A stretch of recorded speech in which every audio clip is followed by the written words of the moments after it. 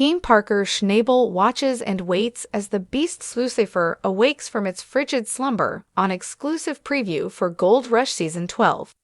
And with stripping at Mud Mountain costing $50,000 a day, firing up the giant Lucifer in the airstrip couldn't come soon enough right now for Schnabel and his crew. Our clip shows a nervous Mitch Blaschke overseeing the giant plant rumble to life. Blaschke noted that the struggle is real without Brennan Rualt there to help. He said, "But you know we're ready to start doing this. We got a lot of new people here that this is going to be their first time they've ever seen what we're actually here to do." Blaschke added, "We're just trying to wake this little girl up. I mean, it's been sitting all winter, and it's time to make some money." Parker made $14 million last year, but he chewed up a ton of ground, and he is worried about finding any new ground to work. Schnabel, Beets, Lewis, and Ness for Gold Rush Season 12 so far. The race is underway, and the Yukon River is where the series opened. In the September 24 premiere, Tony Beets explained how it's time to mine when the river cracks and thaws. A worried Parker Schnabel enlisted Liam Ferguson, an expert at drilling deep through overburden for gold on worked land. Last week, Schnabel said, "In this industry, as soon as you start getting desperate, people can smell it on you." Schnabel explained that the race for any viable land is an issue as the gold hunt must now dig deeper, and the war is on between the principal cast. Tony Beets, who has spent 38 years mining, said, "This ain't like any other season."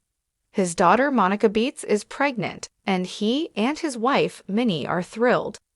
He said, "You can always make more of *****ing money, but you only got one family."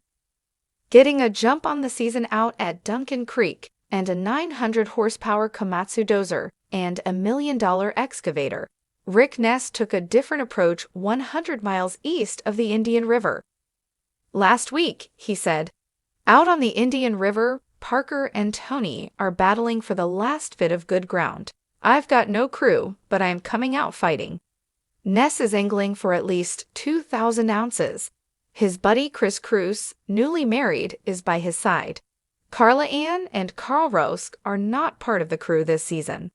The big reveal from last week is that Brennan Rualt jumped ship from Schnabel and now is working for Ness. Meanwhile, Fred Lewis is hanging tough. The veteran will not quit and said he is on a mission to get his men paid. "It's a treasure hunt. Who doesn't love a treasure hunt? I will not fail again." After show, The Dirt returns on November 5 with a new look and format. Host Christo Doyle will leave the studio behind and head to the gold claims to show what life is like for the miners when the cameras aren't rolling. With the price of gold holding near record highs, the twist this season on Gold Rush is a scarcity of land. Most of the good ground is tied up. Now they have to dig deeper and go farther into the wilderness for pay.